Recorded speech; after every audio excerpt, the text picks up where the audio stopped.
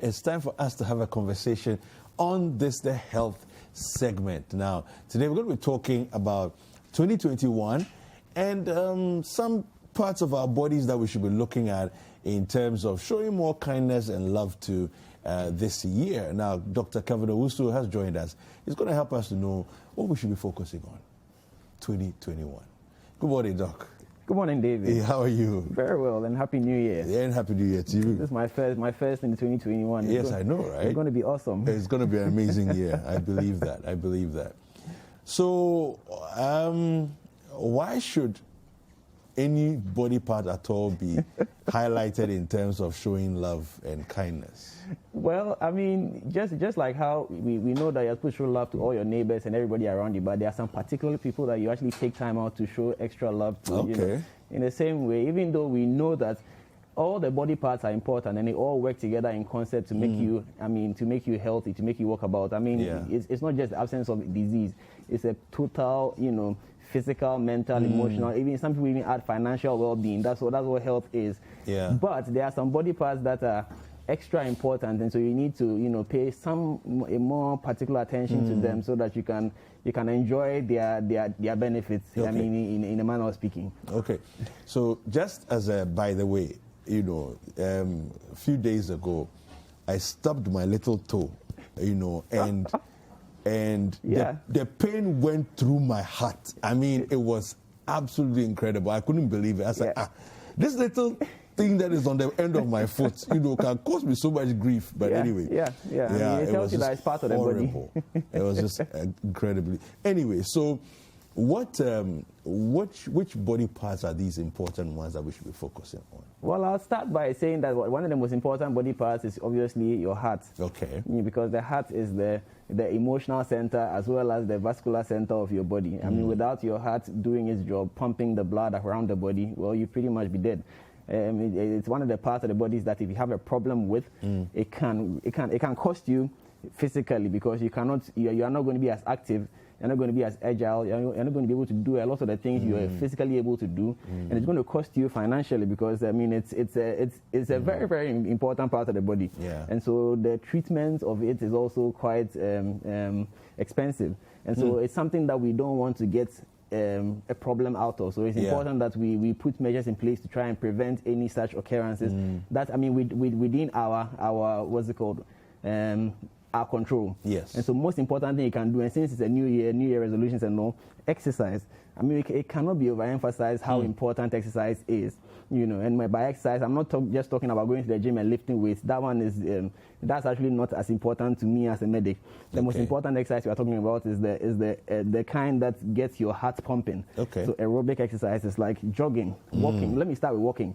The simplest thing you can do for yourself is by walking. Okay. Instead of using an elevator, you should climb the stairs. These are things that you can implement without necessarily changing much about the structures around us. Okay. So just by walking, instead of driving to the shop, you take a walk. Yeah. Those things can actually change a lot of things about your heart. And swimming, very, very important. In fact, swimming is one of the best forms of exercise you can actually do. Swimming? Yes, swimming actually. Okay. Because it helps your heart and helps your limbs. It generally helps your entire body. If you can take up swimming, it'll be very, very, very good as well. So that's that. And of course, we can't talk about heart without talking about diet. What you take in affects your heart. Okay. So you need to try as much as possible to eat a more healthier diet. So less fats and oils, less meat. I mean, I'm talking about red meat. Because red meat contains a lot of cholesterol and other things. So you need to try as much as possible and cut it down, and rather increase your intake of fish or crustaceans, crabs, snails, those things. Okay. Even though I personally don't like them. But I mean, okay. So what about meat like turkey? Is that red meat or white meat? Well, it's still red meat. You see, really? So yes, so it still has to be. So basically, the easiest way to understand red meat is that the blood is red. Basically, that's the easiest way. It's not the only way of classifying it, but that's the easiest way. And so all of them do contain certain things that we don't want. So moderation. You need to cut down. So let's say that let's say turkey meat is good, and so if you're eating turkey meat every day, you're going to get problems. Okay. I mean, there's a lot of good meat. There's guinea pigs. There's even pork is actually good meat. depending on which part of the pork we are talking about. Okay. You know, so it's moderation is the key in all this discussion. Of course, if you know that you're eating a lot of red meat, you need to balance that with a lot of vegetables and fruits to try and offset the balance to rather bring it back into balance. Okay. And so those are the things you need to do to protect your heart. Obviously, once you talk about the heart, the next thing is the mind, because and 2020, I mean, it was a very, very tough year for a lot of people. And there are certain things that a lot of us never put into perspective or we didn't even think about. And which is this. Now, a lot of us were working from home, and usually the home is where we go to rest. So now 2020 made it that in our place of rest, we were working. Yeah. So a lot of people actually did not have a lot of rest in 2020. I mean, typically a lot of people actually didn't even take a vacation because you're working from home. What are you going to do with a vacation anyway? And you can't even travel, so where are you vacationing to? And so 2020, there was a lot of stress. Of course, the corona itself brought a lot of stress, and the circumstances. Children being at home is another level of stress. It's another level of stress. And now that they are going back to school, it's like a blessing and a curse at the same time, because where's the money to pay fees? But that's another stress we won't talk about today. But the fact that people were working from home presented a major challenge, because you don't even have a place like a safe haven to go and just put your head down and just relax. Because you're working from home. Your bosses and your employers are on WhatsApp with you, so you can't even. There's no escape. There's no escape. I mean, a lot of the time people were escaping on their WhatsApp status and posting things that were making them laugh. But now your boss is on the WhatsApp with you. So how are you going to? So it has been a very stressful year, and so 2021 we need to be more intentional about taking breaks. Very, very important for your mental health. You need to be able to escape to a place where you can just. If it's just about even shouting and releasing, stress, it's a very, very good practice. So we have to be intentional about taking breaks and taking time out to enjoy nature, if it's at all possible. And so that's one thing we need to do in 2021. So be intentional about your time management. Very, very important. Then we can also talk about your eyes. And I know you take particular care about your eye because you are wearing glasses, obviously. But many of us in Ghana, we do not. In fact, I dare say that about 70% of Ghanaians have never had an eye check. Wow. Oh, yes. And so a lot of people are actually walking around with eye problems that they are not aware. And how I know they are not aware is that when they actually report and they get an eye check and they wear glasses, they come back and say the glasses is spoiling their eye. That is how you know, as a doctor, that they actually had eye problems that they were not aware. Because what it is when you actually begin to wear glasses, when the lens begins to correct the problem that was there, when you take it off, you become more aware of how bad your eye was. But you see, the brain, in trying to make you feel good about the fact that you didn't know, turns the thing around and blames the glasses. But actually, your eye was that bad. It was that bad. And so it's one part of the body that we really have to show some love to in 2021. The eyes. And the thing about the eyes, the eye is the window into the body, into the soul, as they say. Just by going through an eye test, we can actually discover whether you've had hypertension, which has been hidden for a while, whether you've had diabetes that is causing problems. And so the eye is a very, very important area that can show us what has been going on in the background. So an eye check is very, very, very important. It cannot be overemphasized. And so if you can, you need to get an eye check this year so that you know, at least get a baseline of what the state of your eye is, and then we are good to go. And then the final part I want to talk about is, even though it's been hidden for most of 2020, and I mean, well, even in 2021, it's still hidden, is your mouth, and particularly your teeth. The wearing of the face mask has presented a lot of oral problems. You see, because whereas before 2020 there was no face mask, there was a lot of there was free circulation of air as you speak, as you ate, as you interact with people. Now, because of the mask, a lot of the germs which would have escaped, or even the conditions in the mouth have been changed, and is favoring some bacteria and some other germs. And so there's a lot more oral infections. There are a lot more people with developing mouth odor. because of the face mask. It's it's kind of like everything has a complication. So even though the face mask is serving a purpose, there is a complication to using it. And so we need to pay particular attention to our mouth and our teeth in particular. Because if you are getting infection in the teeth and you're not taking good care of it, you could start losing your teeth much earlier. Losing your teeth is also part of aging. At some point, you might lose a couple of them, but you don't want to lose it too early so that you can enjoy the turkey meat and all the other meats that you want to enjoy. Yeah. It's very important. Okay, so let's pick them one by one and delve in a little deeper. I'm thinking about the mind, and of course, the brain is the physical structure, and the mind is in there. I know that we have issues in terms of dealing with mental health in our space. We don't see mental health as seriously as we should. I think maybe it's also because it's not tangible. Yes. In a certain sense, So, what are some of the things that we need to be aware of more in 2021 as a general public? Our viewers are watching and everything else. Mental health. Why is it so important, and why should we focus on that as a major area?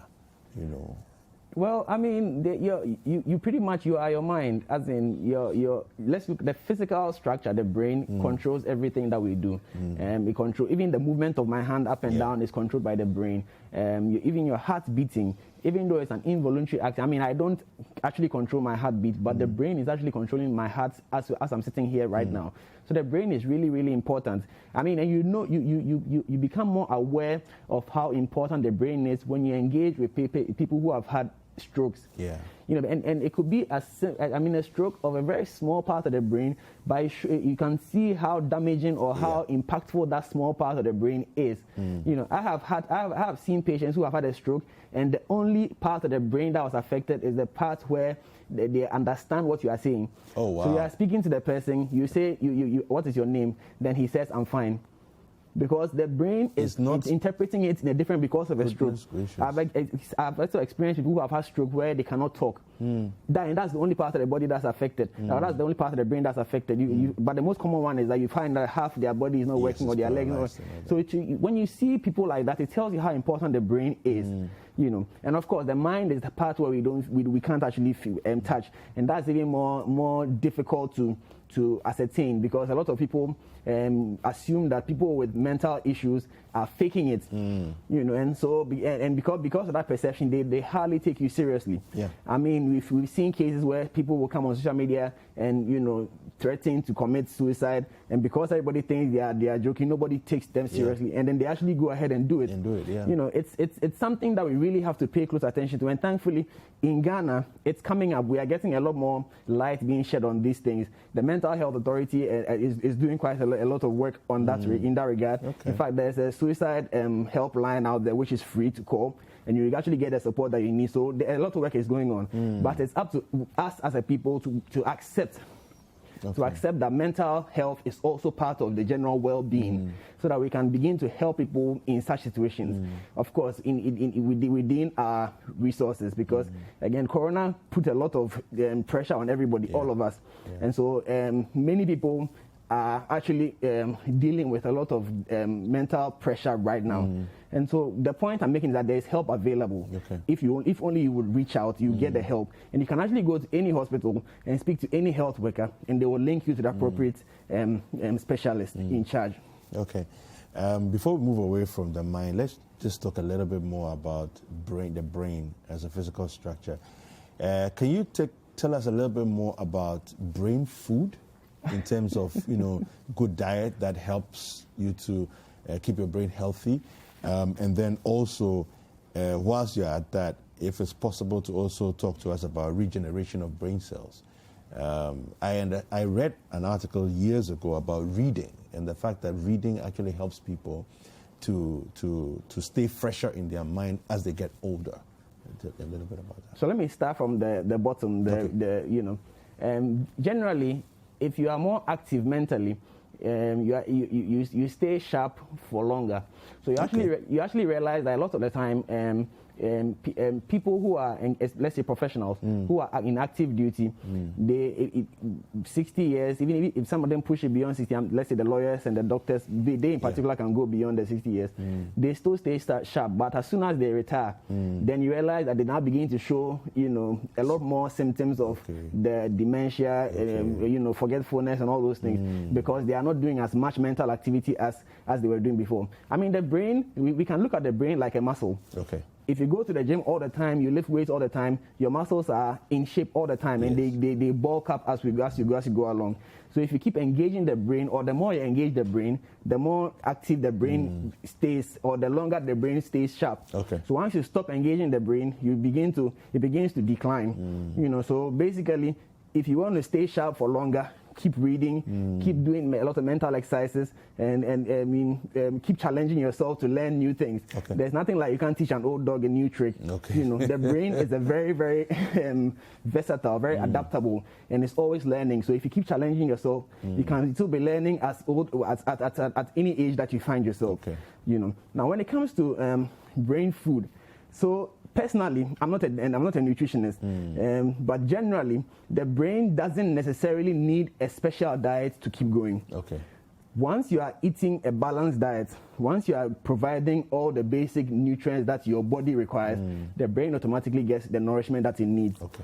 You see, but then having said that, the same things that cause damage in the body will also cause damage in the brain. Okay. Let's take this cholesterol that I spoke about early on. If you are taking in a lot of cholesterol-rich food, you are going to build plaque in your blood vessels. Okay.